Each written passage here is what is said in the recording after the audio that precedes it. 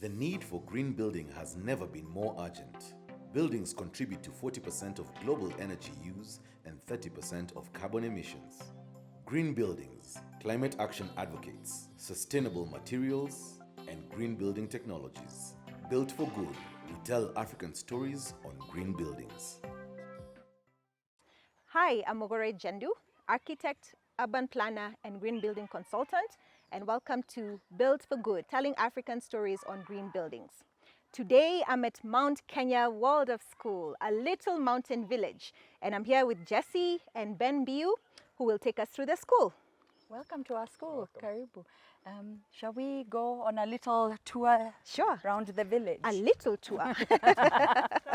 I love this walk into the school for the children. It's really beautiful, and then it opens up here.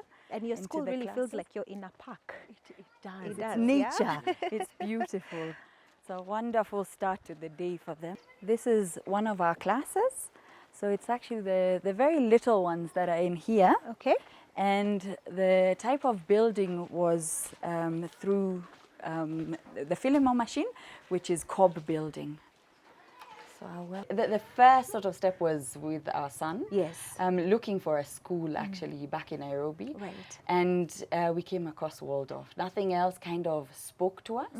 And it's really about the education with that, like how it speaks to the child, how it goes a lot deeper than the surface with the child. So this class is set up in such a way that the children, because they're very young, and it's very often the first time that they've actually come to a kindergarten, that they feel very nurtured in this space. So it really looks like a home away from home.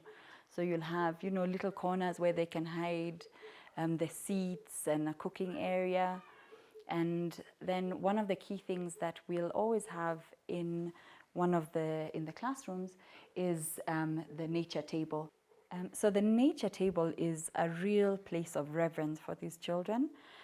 It's really kept quite sacred in a way, and it's always about the theme of the term, and it normally has to do with the weather and the environment, and it creates a story. So it's a story table and a nature table at the same time. So out here, the children will do their activities and they'll have lunch. Okay. So it's a very communal space again out here. Fantastic. Yeah. So I really want to ask a few questions about the structure, because so far everything that I've seen is so ingrained in the nature. So tell me a little bit about how you make the walling, just about how you built this school. Yeah, so this particular building and 4 others are built with a Filimo machine. Okay. So it's really like a mold. Okay. And that makes this perfectly round shape. All right. And it's with cob. Okay. Which is straw and mud. So again, down from the sort of soil quarry that we have down there, we brought that up here. And then it's really out here. It's obviously oxide, red oxide, with soil and cement again, and the same on the floor. Fantastic. Okay.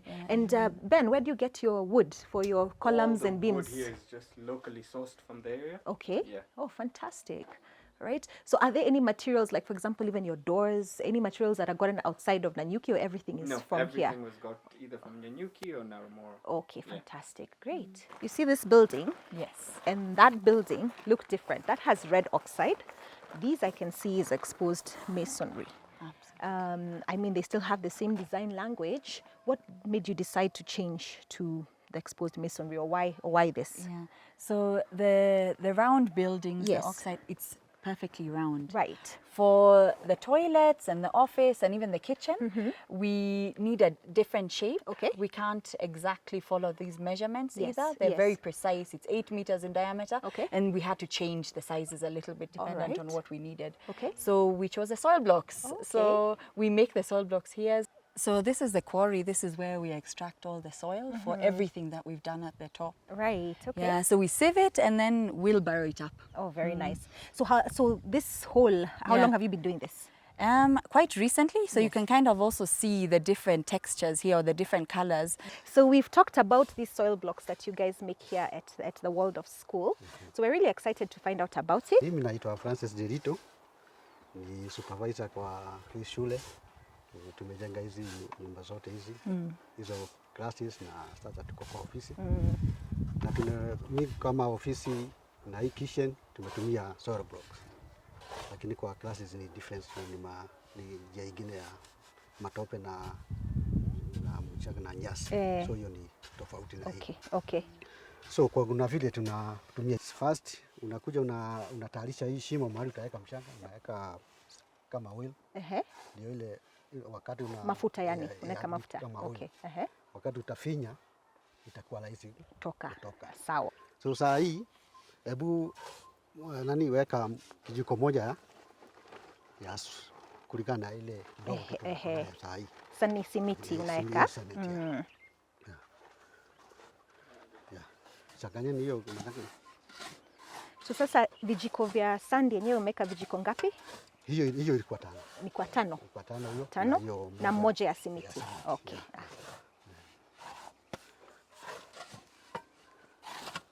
Maji unaweka ile tu ya bahari.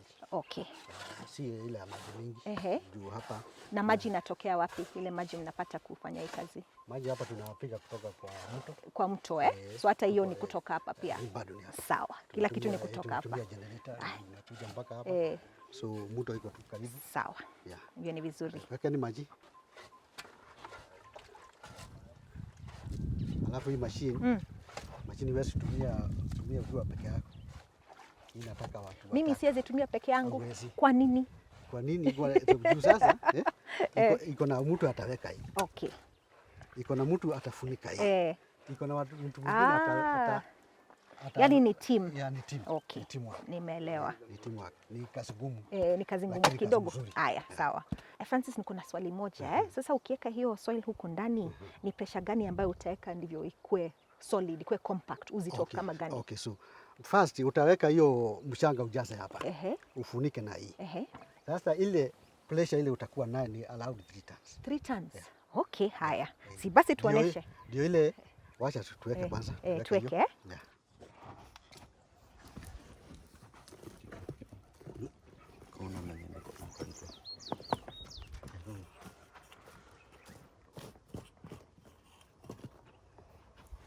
Nataka muone action sasa. Ndio action inaenda Haya, twende.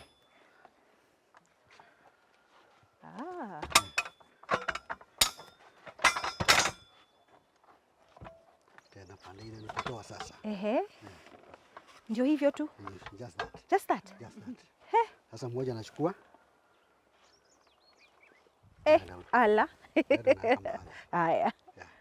I've seen so much. Firstly, let me just say how impressed I am by what you guys have done here. I think there are a lot of things we could all learn from how you have built here and how you're teaching here as well. What drove you to actually set up the school? So we started in Nairobi. Yes. But wow. I'm from up here. Okay. So I really wanted to come back. Yes. And so did my husband. Yes. And so we decided, okay, we want to come to Nanyuki.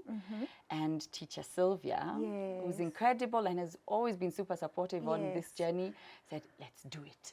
And then we got lots of support, obviously, from family and particularly my mom.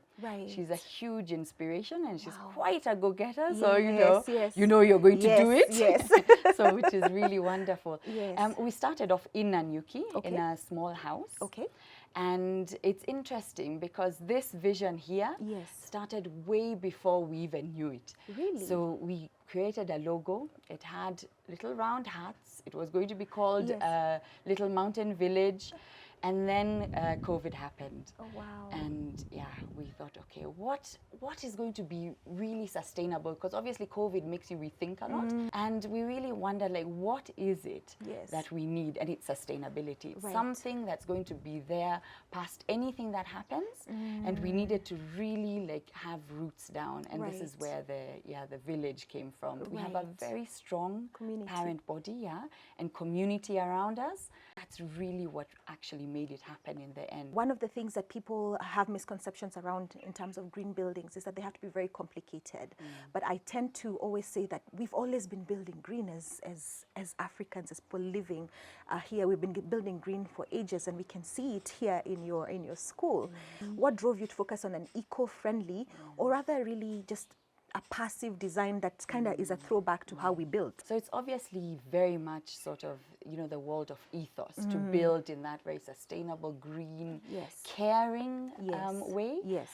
But it's also sort of experiences and things I've seen and sort of that family input. So Right. again, my mom at some point lived in round huts Yes. where, you know, the bedroom, the kitchen and all of that was connected like a village. So seeing all of that in that concept Yes. and seeing that it works and it's Yes. inexpensive Yes. and it's green, thought, oh, this is what we need for our school as well. Oh, so I also have to ask, because one of your classrooms has this really nice feature where the flooring is actually 2 different types of flooring. Tell me about that and also how it relates to the teaching and the learning of kids. So with everything, obviously the interior is supposed to have this warm, holding, nurturing kind of feel to it. Yes. And you saw it in the kindergarten, but also in the movement room, Right. where the children will be on the ground quite a lot as well.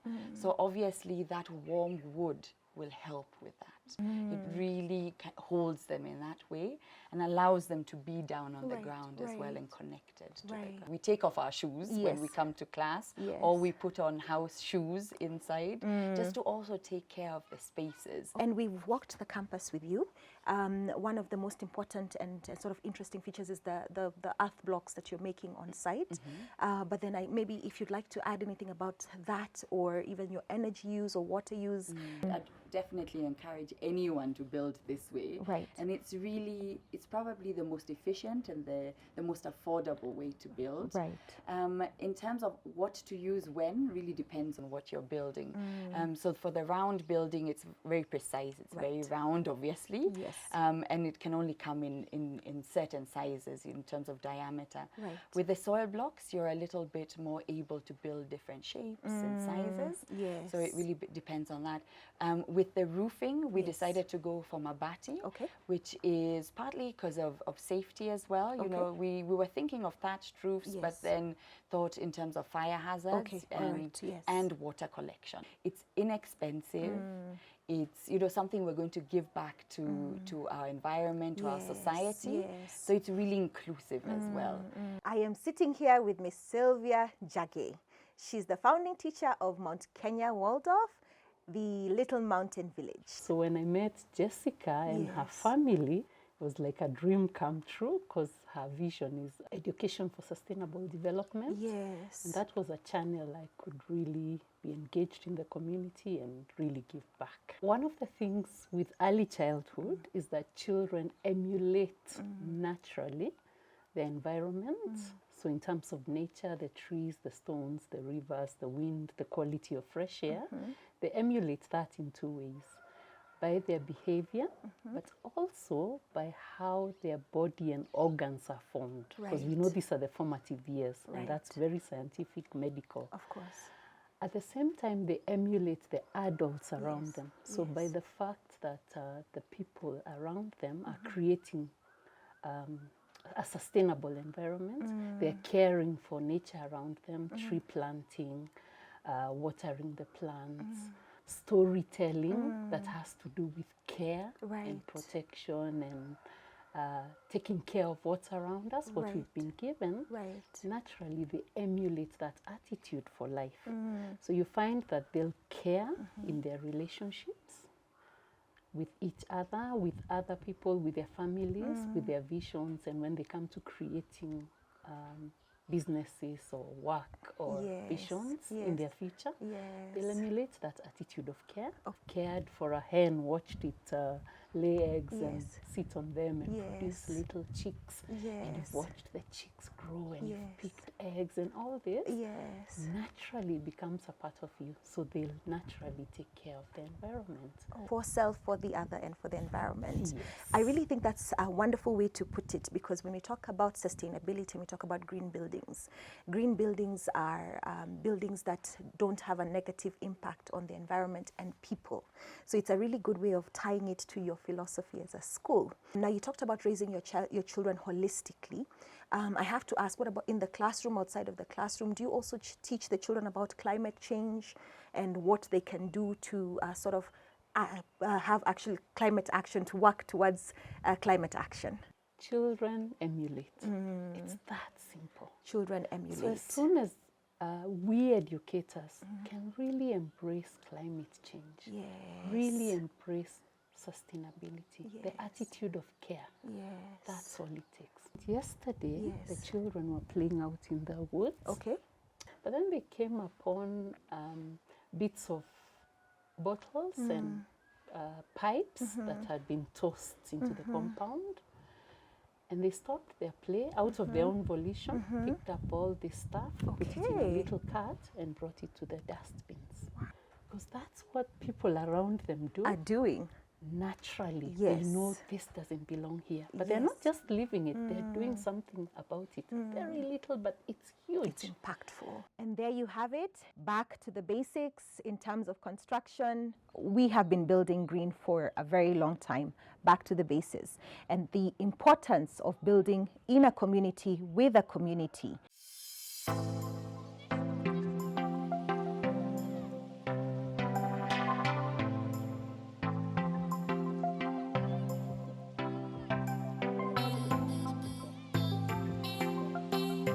Hi, I'm Mogore Jendu, host of the Built for Good show, and today we're here with senior architect, partner of Triad Architects, and a fellow of the Architectural Association of Kenya, architect James Gitoho.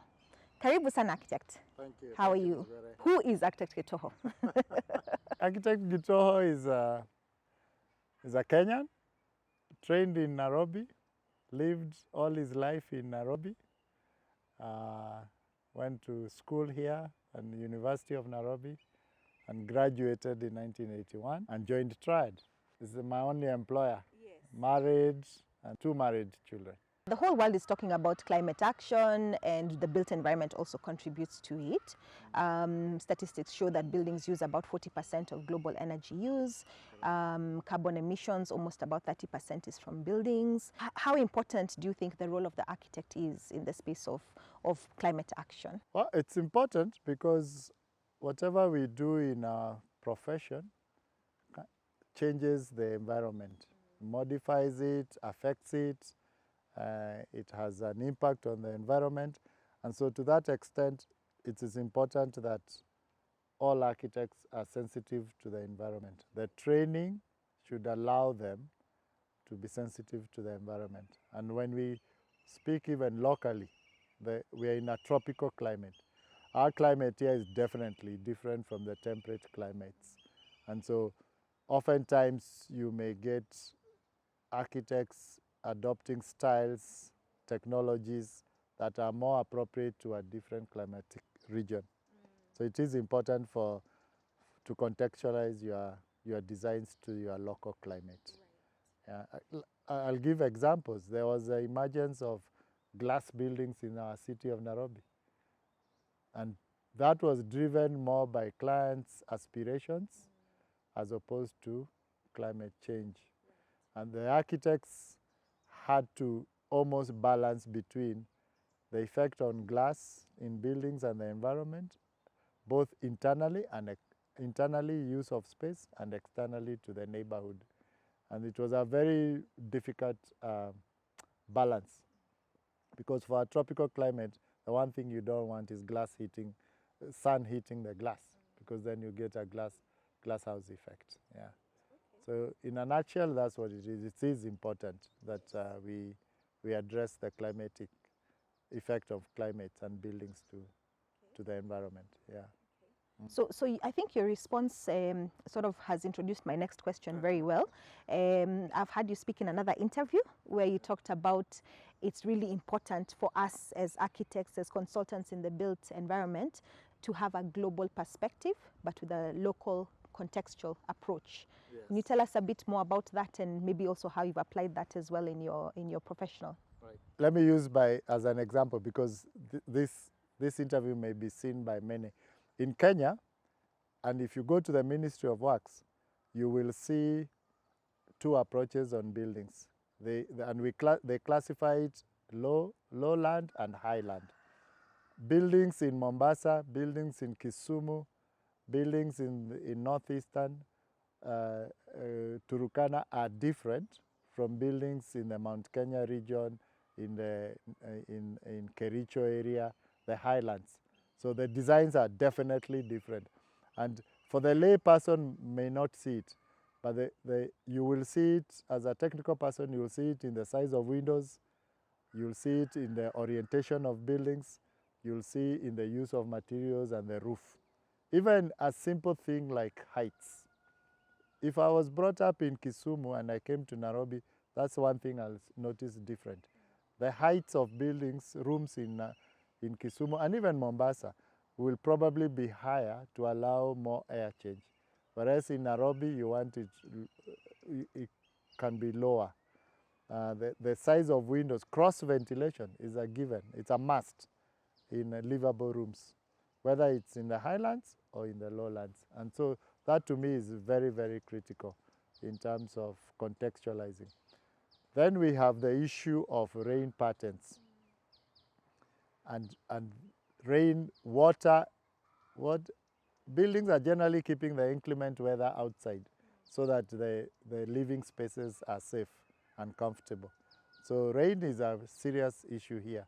Whereas in Europe, they have to contend with extreme temperature changes to being zero, freezing temperatures. They have to contend with snow, which we don't. But however, our training at Nairobi University, and I keep sharing that with young architects in my office, it's a universal training. If you apply what you learned about the environment and learn the environment of where you are designing, you can design buildings in temperate climates for snow and winters, and you can design buildings for tropical climates where we don't have those extreme weathers. The challenge comes when even a designing client who schooled and trained in America or in England, Europe, has a dream house and brings a concept here. The architect must make it contextual. Otherwise, you'll be spending money or designing inappropriately. Yet, the space is what is more important, the space use. So it is critical that you contextualize your training. The schools have done a good job in terms of training students of architecture with the environment in mind. And there is a whole year of training on environment and projects based on environmental considerations. Yeah. Great. So I'm pleased to hear that we are addressing sustainability in the universities. One of the things I think we've spoken about, and I really like, is that Triad continues with CPDs even as a firm, outside of what, say, the associations are doing, the regulatory body is doing. Can you tell us a bit about that? Because Triad is doing training internally, and also how you've incorporated green or sustainable design trainings within. Even talk about Triad also undertaking edge training as well. All right. Yeah. Very exciting. I'm very passionate about that one. Why we do internal CPDs is because of a philosophy in Triad even before my time. Now it's written, by the way, they had an unwritten policy of taking students as interns before graduation to give them an insight of the practice of architecture. So that with the many schools we have, now we had to write a policy to regulate when and how we take students in. But also, we also have a written policy that regardless of the business and the climate, we shall always employ one graduate architect at any given year to give that young architect an opportunity to grow in his career. Now, coupled by that, you do realize, Mogore, that young architects like you and I were need training, need mentorship from the best mentorship is your boss when he's working as an architect and you are working with him. And through that process, we now developed a continual training for all of us. So it serves as a refresher course for the senior architects, and it serves as a training for the younger ones. So, and it worked very well for us in the last 2 years during COVID, when we also adopted remote working, working from home.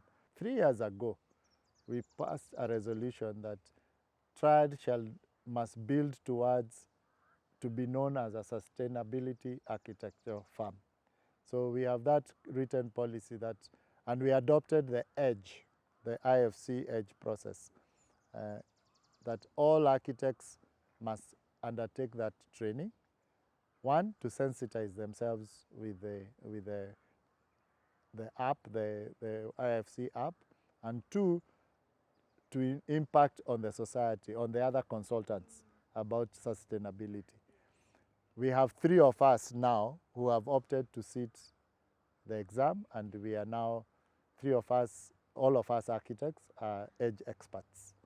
That helps because we can now prepare documentation and submit on behalf of our clients for any certification that they may desire. But it's a written policy in our office that all buildings shall be designed for sustainability, whether the client is going for recognition or not.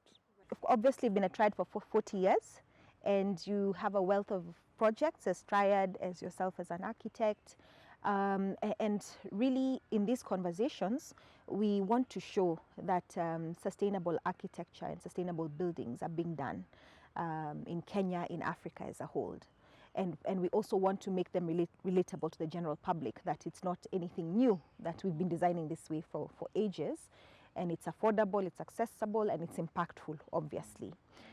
Could you tell us a little bit about some projects that you have done that fall in this space and your experience with those projects? As you say, Triad has been there. I've only been there 40 years. It's been longer than that. Triad is 58 years in Nairobi, in Kenya. So we have a series of projects even before my time, which sometimes I shudder when I look at them and I see the engineering and the science that went into. Sustainability means, almost in a cliche way, timeless. How does it become timeless? It means it is responding to the environment. It is flexible enough to be retrofitted to other uses as technology and styles change. It is using energy efficiently, and in so doing, it remains appropriate to what it was designed for. While before my time, there's a school that was done in Gabatula, which is the northeastern part of Kenya, so it's semi-arid zone. That school was designed using local materials. It was designed, it doesn't have windows, as in glass and metal, but it has fenestrations that keep the shades, the sun out, and still allows cross ventilation and allows light because it's classrooms. And that school was built by a non-government organization, and it has been running. I think it's a building that was well done sustainably. Another one, which is interesting, is called Gala 3. Gala 3 is a coffee warehouse way down Haile Selassie Avenue, near Retail Market. There's a building there, 8 stories, warehousing. It has a facade that ensures that the temperature inside is 2 degrees for the moisture of coffee in the agani bags before export. And that was, again, another sustainable design that needs to be documented. I think we have all the information that shows that you can design buildings to the extent that they meet the function with which it was built. It's a multi-story, 8 stories of storage, coffee, heavy, with 2 screens of metal, of precast concrete units, that ensures that the temperature gain inside is retained to a low level. When the buildings, so the buildings remain cooled throughout the day. The outer skin takes the heat. The inner skin maintains the night temperatures to that level. So my last question for the day is really just your advice to anybody out there who's going to undertake a project, whatever skill that project will be, whether developer, consultant.